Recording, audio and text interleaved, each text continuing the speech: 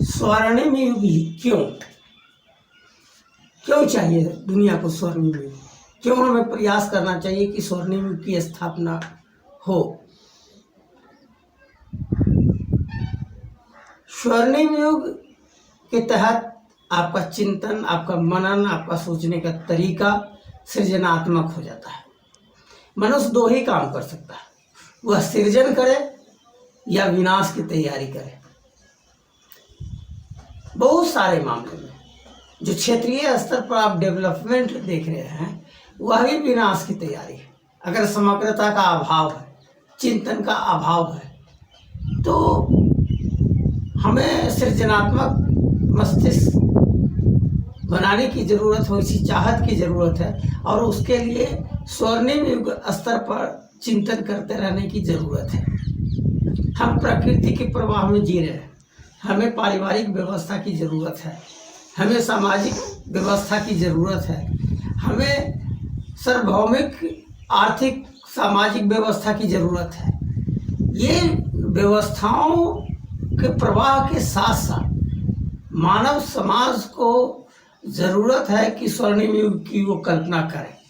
और स्वर्णिम युग का केंद्रीय विषय शून्य होगा, आकाश होगा। अगर आकाश या शून्य स्वर्णिम युग के बारे में जो अवधारणा पैदा होती है वही सकारात्मक होता है। हम विश्व कल्याण के बारे में सोच रहे हैं और सोच रहे हैं कि पूरी मानव जाति एक तरह का हो जाए, यह संभव नहीं है। हम ऐसी व्यवस्था चाहते हैं कि उस नियम के आलोक में सारा लोग बच जाए। यह दृष्टिकोण मनुष्य का अहंकार स्वर्णिम युग की स्थापना नहीं कर सकता। स्वर्णिम युग की अवधारणा का मतलब है कि केंद्रीय विषय शून्य, उसके लिए हम प्रयास करते रहे और उस शून्य के चिंतन के आलोक में जो व्यवस्था हम सामाजिक, आर्थिक, राजनीतिक व्यवस्था देंगे वह स्वर्णिम युग की ओर ले जाता है। तो एक तो स्वर्णिम युग से पूरा मानव समाज बंधेगा और बंधना उन्माद के रूप में नहीं होगा, सम्यकता के रूप में होगा। आज बहुसंख्यक आबादी खास धर्म को मान रहा है, बड़ी आबादी, तो क्या वो बंध गए? नहीं, वो रीति रिवाजों के माध्यम से बंध गए। राष्ट्र के नाम पर एक बहुसंख्यक आबादी बंधा हुआ, तो क्या वो सकारात्मक चिंतन है? सकारात्मक चिंतन का केंद्रीय विषय जब भी रहेगा तो शून्य रहेगा, आकाश रहेगा और केंद्रीय विषय के आलोक में जो व्यवस्था में जो परिवर्तन होता है वह स्वर्णिम युग की ओर व्यक्ति को ले जाता है। तो अभी हमारा विषय स्वर्णिम युग नहीं बन पाया है और पहले जो प्रयास किया गया वो क्षेत्रीय स्तर पर था। प्राचीन सभ्यताओं की जो स्वर्णिम युग थी क्षेत्रीय स्तर पर था। दूसरी बात कि संचार का साधन इतना सबल नहीं था। एक व्यक्ति अखंडता की अनुभूति को प्राप्त कर लिया और अखंडता की अनुभूति के प्राप्त करने के पश्चात उसने जो प्रयास किया वह बिल्कुल सीमित लोगों के बीच में ही हुआ और सीमित लोगों में कितने सकारात्मक व्यक्ति उसे मिल जाए या मिल पाए यह एक महत्वपूर्ण विषय है। लेकिन आज संचार के साधन के माध्यम से पूरी दुनिया बंधी हुई है। संचार के माध्यमों का उपयोग कर करके हम पूरी दुनिया को एक दिशा की ओर ले जा सकते हैं, शून्य के महत्व को समझा सकते हैं, शून्य की ओर हम प्रवाहित हो सकते हैं। यह एक महत्वपूर्ण तथ्य है। तो परिस्थितियां बदली और परिस्थिति के हिसाब से समस्याएं भी बढ़ी। प्राचीन युग में हम ज़्यादा स्वतंत्र थे, हमारी मानसिकता ज़्यादा स्वतंत्र थी। राष्ट्र और धर्म की समस्या नहीं थी, जाति की समस्या नहीं थी। वह आस्ते आस्ते वह नकारात्मक विचार हमारे अंदर उदय होता गया।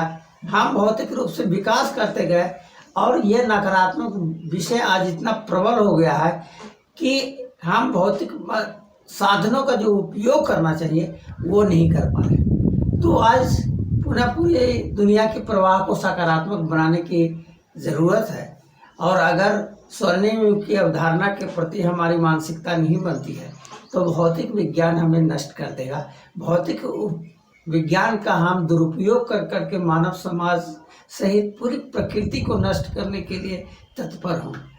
तो हम प्रकृति को भले नष्ट कर दे, प्रकृति का अपना प्रवाह चलते रहता है, उसमें उत्थान और पतन होते रहता है।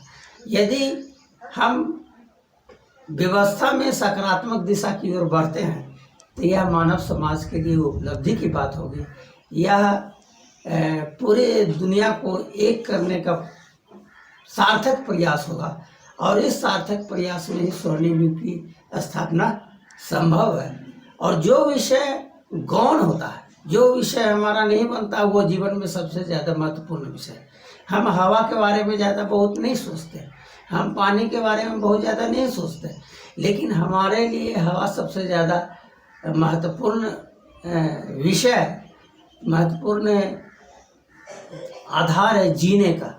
उसी तरह आत्मोन्नति मानव समाज क्या पूरे जीव जंतु का केंद्रीय विषय है, जिसे खुद मानव समाज आज नहीं समझ पा रहा है। उसे समझने की ज़रूरत है और उसके आलोक में ही मानव समाज का मस्तिष्क डेवलप होगा, सकारात्मक सोच बनेगा।